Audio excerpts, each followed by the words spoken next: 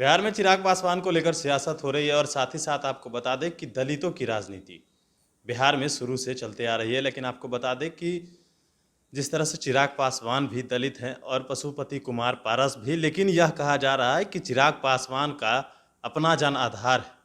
हमारे साथ बातचीत करने के लिए श्याम रजक हैं, उनसे जानते हैं, उनसे समझते हैं कि आखिर चिराग पासवान का जन आधार कैसे है।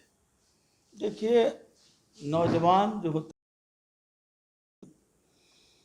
हमारे नेता प्रतिपक्ष और राष्ट्रीय जनता दल के नेता तेजस्वी यादव जी नौजवान हैं, एक नई ऊर्जा है और यही कारण रहा कि हम 75 सीट सब जीत करके सबसे बड़ी पार्टी हुए। उसमें तेजस्वी प्रसाद यादव जी की जो नेतृत्व क्षमता थी, उसका लाभ हमको मिला है। उसी तरह से दलित वर्ग में जो रामविलास जी के अनुयायी थे, उस अनुयायी लोगों का ट्रांसफ़र हो गया चिराग पासवान जी में, क्योंकि रामविलास जी ने अपने जीते जी चिराग पासवान जी को राष्ट्रीय अध्यक्ष बनाया और वो कहीं ना कहीं वो रामविलास जी की वो दृष्टि थी कि हमारा स्थान बोले, और वो स्वीकार भी किया लोगों ने। और आज जो नौजवान हैं, जो उनके अनुयायी, वो लोग चिराग पासवान को मानने लगे हैं और स्वीकार भी करने लगे हैं। अब चिराग पासवान जी की कितनी सामर्थ्यता से उसको बांध करके रख सकते हैं, ये उनकी निर्भरता करता है, उनकी क्षमता पर। दलितों की राजनीति आप भी करते हैं, कई दलितों के साथ आपने बैठक भी की है और कई बार आपने कहा है कि दलितों को लेकर जो है वो राजनीति बिहार में ज़्यादा हो रही है। देखिए, मैं बार बार कहता हूँ, भारतीय जनता पार्टी जो दलित की विरोधी रही है, लेकिन अपना षड्यंत्र कर रही है कि हिंदू बनाम मुस्लिम की राजनीति को इस बिहार में अब फलना फूलने का काम कर रही है। और इसके सबसे बड़ी सहयोगी जनता दल यू और उसके नेता नीतीश कुमार हैं।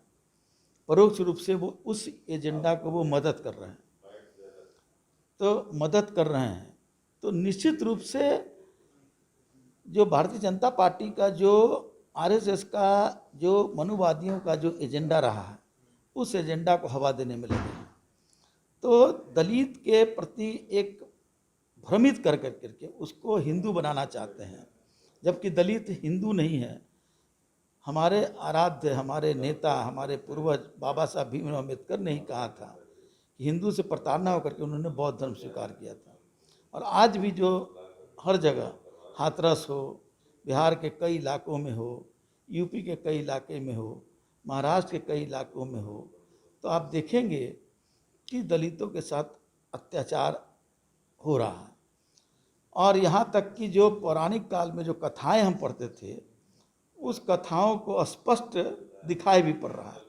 चाहे मंदिर प्रवेश का मामला हो, शादी में घोड़ी पर चढ़ने का मामला हो, या पढ़ लिख करके भी नौजवान जाता है तो उसको उपेक्षा, उसके अत्याचार होता है। तो भारतीय जनता पार्टी इसको हिंदू मुस्लिम बना करके दलितों को हिंदू में परिवर्तित कर करके एक अपना जनाधार बढ़ाना चाहती है। इसी के खिलाफ हम तमाम दलित लोगों को एकीकरण करना चाहते हैं। एक आखिरी सवाल रहेगा कि आप पूर्व में आप भी मंत्री रहे हैं, क्या कुछ दलितों के लिए किए थे? देखिए, मैं क्या हूँ, कोई मैं विज्ञापन नहीं करता हूँ। ये तो बिहार के दलित नौजवान जानते हैं कि मैंने क्या किया है। मैं अपना कोई विज्ञापन दे करके अपनी प्रचार नहीं करता हूँ। मैं काम करता हूँ और काम में ही विश्वास करता हूँ, और जनता जानती है कि मैंने क्या क्या किया है। दलितों के सवाल पर मैं मंत्री रहते हुए किस तरह संघर्ष किया और क्या क्या किया, और जब मंत्री नहीं था तब भी किया, और आज नहीं हूँ तब भी कर रहे हैं। लेकिन उसको हम कोई प्रचार का आधार नहीं मानते हैं, ये हमारी ड्यूटी है। तो ये थे हमारे साथ श्याम रजक, जिन्होंने बताया कि चिराग पासवान का जो जनाधार है, रामविलास पासवान का जिस तरह से वोट बैंक था, वही जो है वो अब चिराग पासवान को चला गया है, लेकिन उसको संभाल के रखना ये चिराग पासवान की जिम्मेवारी है। साथ ही साथ श्याम रजक भी जो है पूर्व में मंत्री रहे और दलितों के हिमायती भी हैं, लगातार दलितों के लिए जो है वो आवाज़ उठाते हैं। और भी अपडेट्स देंगे बड़े इन्फॉर्मेशन के साथ। नमस्कार।